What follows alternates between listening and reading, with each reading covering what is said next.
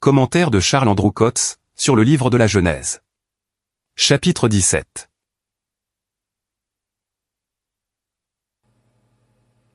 Et Abraham était âgé de 99 ans, et l'Éternel apparut à Abraham et lui dit : Je suis le Dieu Tout-Puissant. Marche devant ma face et sois parfait. Et je mettrai mon alliance entre moi et toi, et je te multiplierai extrêmement. Et Abraham tomba sur sa face, et Dieu parla avec lui, disant : Quant à moi, voici, mon alliance est avec toi, et tu seras père d'une multitude de nations. Et ton nom ne sera plus appelé Abram, mais ton nom sera Abraham, car je t'ai établi père d'une multitude de nations. Et je te ferai fructifier extrêmement, et je te ferai devenir des nations, et des rois sortiront de toi. Et j'établirai mon alliance entre moi et toi, et ta semence après toi, en leur génération, pour être une alliance perpétuelle, afin que je sois ton Dieu à toi et à ta semence après toi. Et je te donne, et à ta semence après toi, le pays de ton séjournement, tout le pays de Canaan en possession perpétuelle, et je serai leur Dieu. Et Dieu dit à Abraham : Et toi, tu garderas mon alliance, toi et ta semence après toi, en leur génération. C'est ici mon alliance que vous garderez entre moi et vous et ta semence après toi. Que tout mâle d'entre vous soit circoncis. Et vous circoncirez la chair de votre prépuce, et ce sera un signe d'alliance entre moi et vous. Et tout mâle de 8 jours en vos générations sera circoncis parmi vous, celui qui est né dans la maison et celui qui est acheté à prix d'argent, tout fils d'étranger qui n'est point de ta semence. On ne manquera point de circoncire celui qui est né dans ta maison et celui qui est acheté de ton argent. Et mon alliance sera en votre chair comme alliance perpétuelle. Et le mâle incirconcis, qui n'aura point été circoncis en la chair de son prépuce, cette âme sera retranchée de ses peuples. Il a violé mon alliance. Et Dieu dit à Abraham : Quant à Saraï, ta femme, tu n'appelleras plus son nom Saraï, mais Sara sera son nom. Et je la bénirai, et même je te donnerai d'elle un fils. Et je la bénirai, et elle deviendra des nations. Des rois de peuples sortiront d'elle. Et Abraham tomba sur sa face, et il rit, et dit en son cœur : Naîtrait-il un fils à un homme âgé de 100 ans ? Et Sarah, âgée de 90 ans, enfanterait-elle ? Et Abraham dit à Dieu : Oh, qu'Ismaël vive devant toi ! Et Dieu dit : Certainement, Sarah, ta femme, t'enfantera un fils, et tu appelleras son nom Isaac, et j'établirai mon alliance avec lui, comme alliance perpétuelle, pour sa semence après lui. Et à l'égard d'Ismaël, je t'ai exaucé. Voici, je l'ai béni, et je le ferai fructifier et multiplier extrêmement. Il engendrera 12 chefs, et je le ferai devenir une grande nation. Mais mon alliance, je l'établirai avec Isaac, que Sarah t'enfantera en 7 saisons l'année qui vient. Et ayant achevé de parler avec lui, Dieu monta d'auprès d'Abraham. Et Abraham prit Ismaël son fils, et tous ceux qui étaient nés dans sa maison, et tous ceux qui avaient été achetés de son argent, tous les mâles parmi les gens de la maison d'Abraham, et il circoncit la chair de leur prépuce en ce même jour-là, comme Dieu lui avait dit. Et Abraham était âgé de 99 ans lorsqu'il fut circoncis en la chair de son prépuce. Et Ismaël, son fils, était âgé de 13 ans lorsqu'il fut circoncis en la chair de son prépuce. En ce même jour-là, Abraham fut circoncis, et Ismaël son fils, et tous les hommes de sa maison, ceux qui étaient nés dans la maison, et ceux qui avaient été achetés à prix d'argent d'entre les fils de l'étranger furent circoncis avec lui. Si une semence de la foi doit hériter des promesses, il faut qu'elle vienne, par la puissance de Dieu. La loi et la chair ne profitent de rien. Ce chapitre commence par cette déclaration, « Je suis le Dieu Tout-Puissant ». Il peut, et doit tout faire. Les mouvements et les opérations de la nature ne servent à rien. Tout ce qui est pour Dieu doit être effectué par sa toute-puissance. Si nous marchons devant lui dans ce sentiment, nous serons parfaits. Nous profiterons de son alliance, nous avancerons spirituellement, et nous serons prêts à accepter la circoncision. Nous n'aurons aucune confiance dans la chair.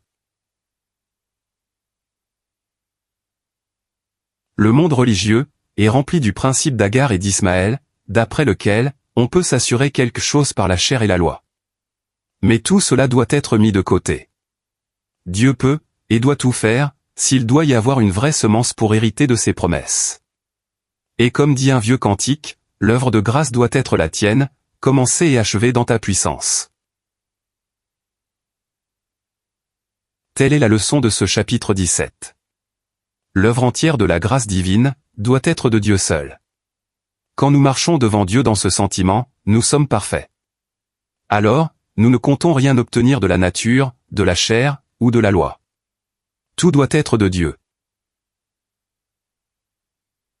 Au chapitre 24 de la Genèse, Abraham dit, « L'Éternel devant qui je marche. » Mais Jacob fut obligé de dire, « Le Dieu, devant la face duquel ont marché mes pères, et le Dieu, qui a été mon berger. » Genèse chapitre 48, verset 15.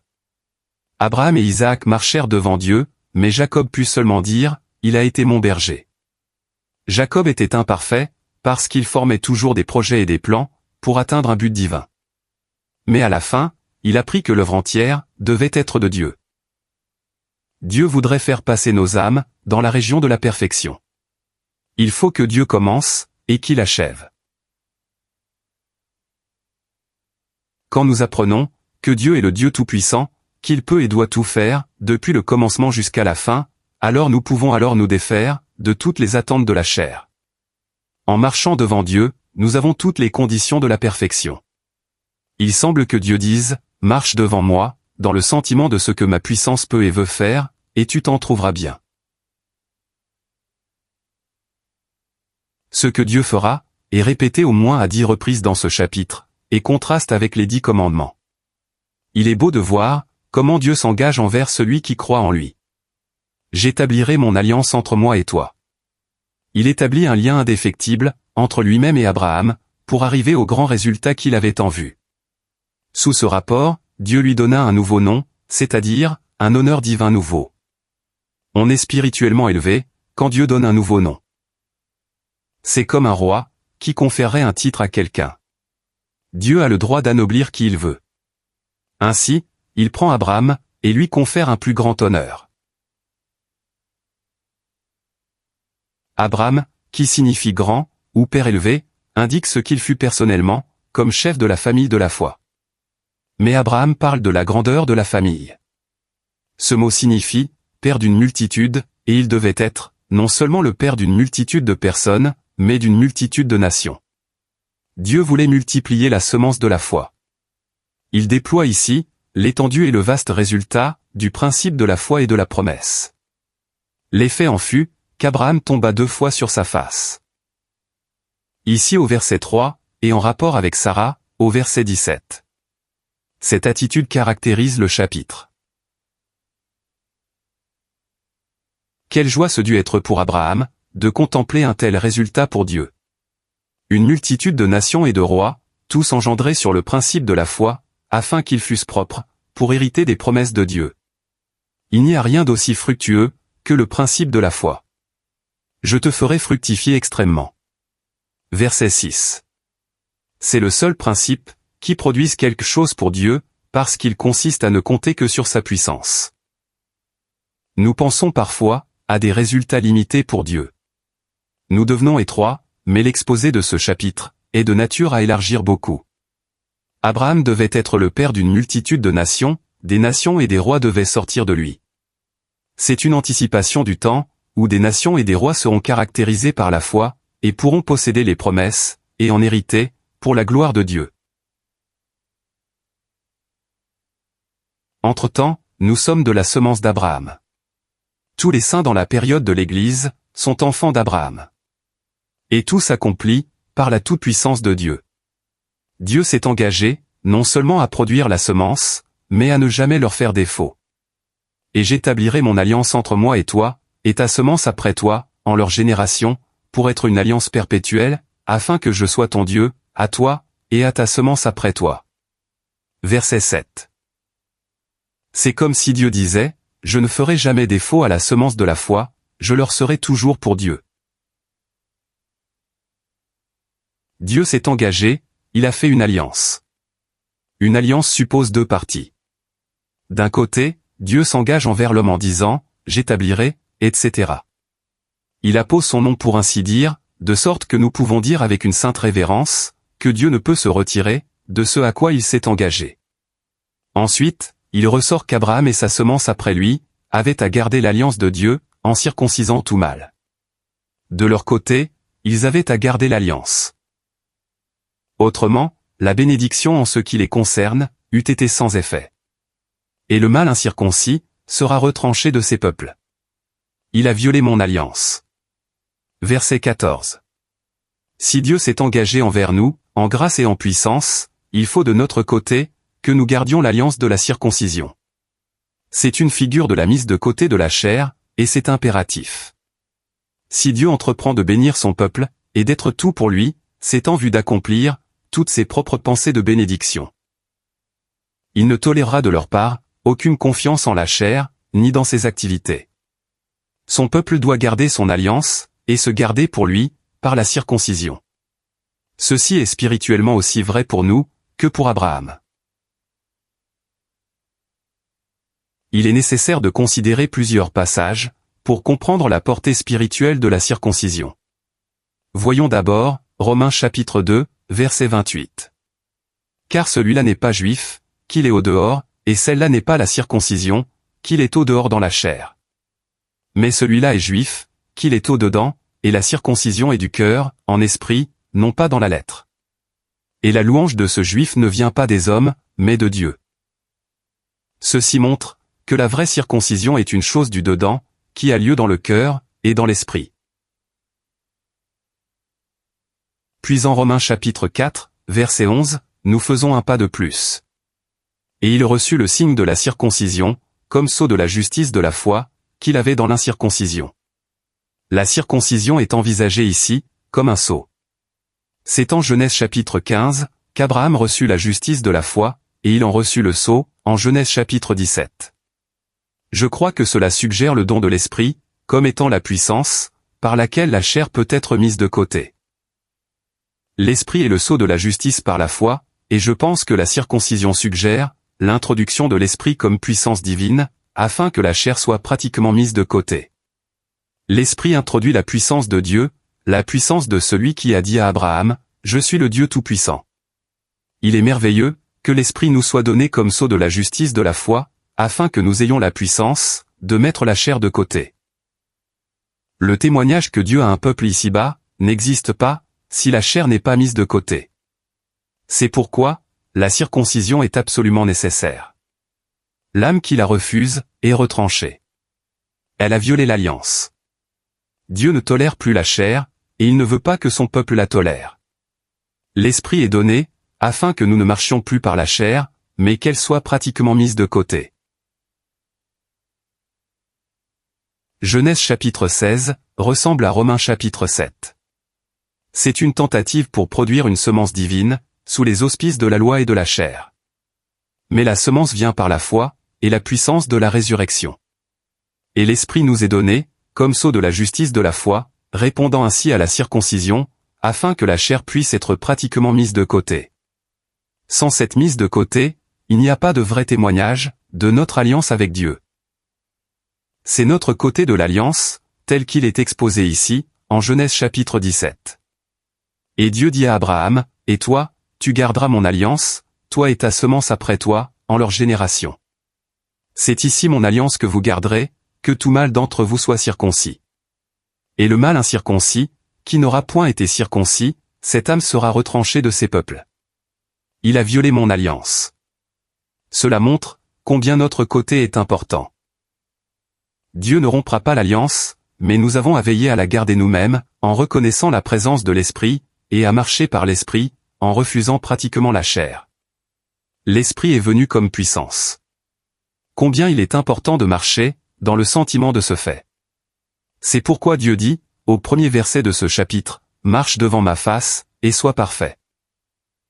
Dieu désire nous voir réaliser, que la puissance est venue par l'Esprit, afin que nous puissions refuser la chair et toutes ses opérations, et ainsi être manifestés ici, comme étant son peuple. Possédant le Saint-Esprit, notre capacité est à la hauteur de notre responsabilité. Venons-en maintenant, à Colossiens chapitre 2, versets 9 à 11. Car en lui habite, toute la plénitude de la déité corporellement. Et vous êtes accomplis en lui, qui est le chef de toute principauté et autorité, en qui aussi vous avez été circoncis, d'une circoncision qui n'a pas été faite de main, dans le dépouillement du corps de la chair, par la circoncision du Christ. L'allusion à la circoncision, dans l'épître aux Romains, serait en rapport avec l'Esprit. Dans l'épître aux Colossiens, elle est en rapport avec Christ. Quand je vois que la plénitude de la déité est en Christ, et que je suis accompli en Christ, je n'ai besoin d'aucune des choses que la chair pourrait ajouter, et je peux m'en détacher.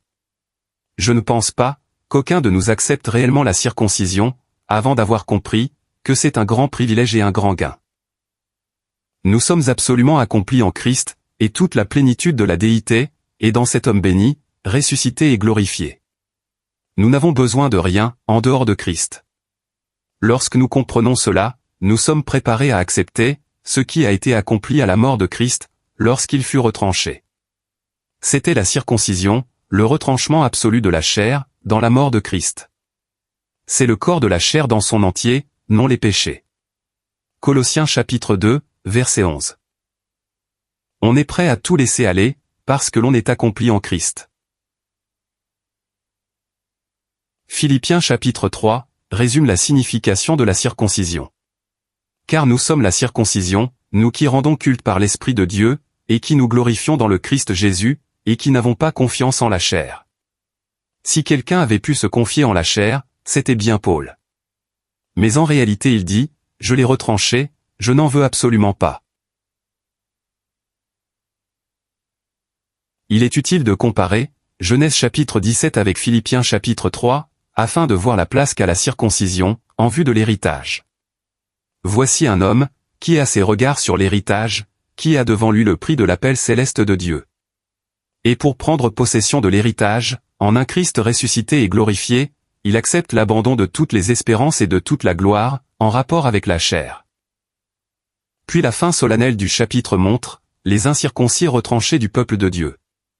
Car plusieurs marchent, dont je vous ai dit souvent, et dont maintenant je le dis même en pleurant, qu'ils sont ennemis de la croix de Christ, dont la fin est la perdition, dont le Dieu est le ventre, et dont la gloire est dans leur honte, qui ont leur pensée aux choses terrestres. Philippiens chapitre 3, versets 18 et 19. Ceux-ci sont les incirconcis, dont Dieu a dit qu'ils seraient retranchés de son peuple, comme ayant violé son alliance. Puis Saraï, qui signifie Jah et prince, devient Sarah, qui signifie princesse. Elle aussi est anoblie. Elle est une figure d'Israël, comme le vase de la promesse, mais envisagée comme morte selon la chair. Israël est une femme stérile, qui de nature, ne pouvait rien produire pour Dieu.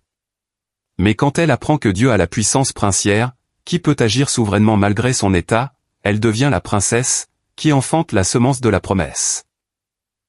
C'est une leçon que nous devons tous apprendre.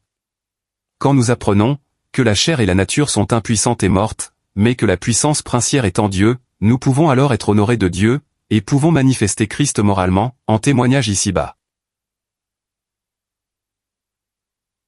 Abraham intercède en faveur d'Ismaël, mais Dieu se concentre sur Isaac, qui signifie rire. La foi peut rire, quand Dieu agit simplement de lui-même, et par sa propre puissance. Abraham ne pouvait rire à l'égard d'Ismaël, car ce qui était de la chair se trouvait là. Mais celui qui pouvait rire à l'égard d'Isaac, pouvait prier dans le sentiment de la grâce pour Ismaël. Ismaël nous parle d'Israël selon la chair. Mais Isaac était celui, avec lequel l'alliance de Dieu serait établie, celui qui serait introduit en puissance de résurrection, comme Romains chapitre 4 semble le suggérer. La bonté de Dieu était là pour Ismaël. Il a toujours pris soin d'Israël, obstiné et rebelle, nation vraiment comme Ismaël, un âne sauvage d'homme. Mais dès qu'un cri de besoin se faisait entendre, même de la part d'Israël pervers et rebelle, Dieu l'entendait. L'histoire d'Ismaël eût été des plus instructives pour Israël, s'ils avaient voulu y prêter attention. Dieu leur disait par elle, « Si seulement vous criez à moi, vous serez bénis. » Mais ils étaient trop orgueilleux pour prendre la place de quelqu'un dans le besoin. C'est pourquoi ils manquèrent la bénédiction. Ils réclamaient les privilèges de l'alliance, sans réaliser ce que renfermait le signe de l'alliance. Ils n'ont donc pas gardé l'alliance. Ils ont toujours eu confiance en la chair. Ils n'ont jamais été vraiment circoncis. Dieu a été obligé de leur dire, par la bouche d'Étienne, en Actes chapitre 7, verset 51, qu'ils étaient incirconcis de cœur et d'oreille. Et c'est pourquoi, ils sont maintenant tombés et retranchés. Leur histoire est un solennel avertissement, pour tous ceux qui considèrent les choses divines, dans un sens charnel.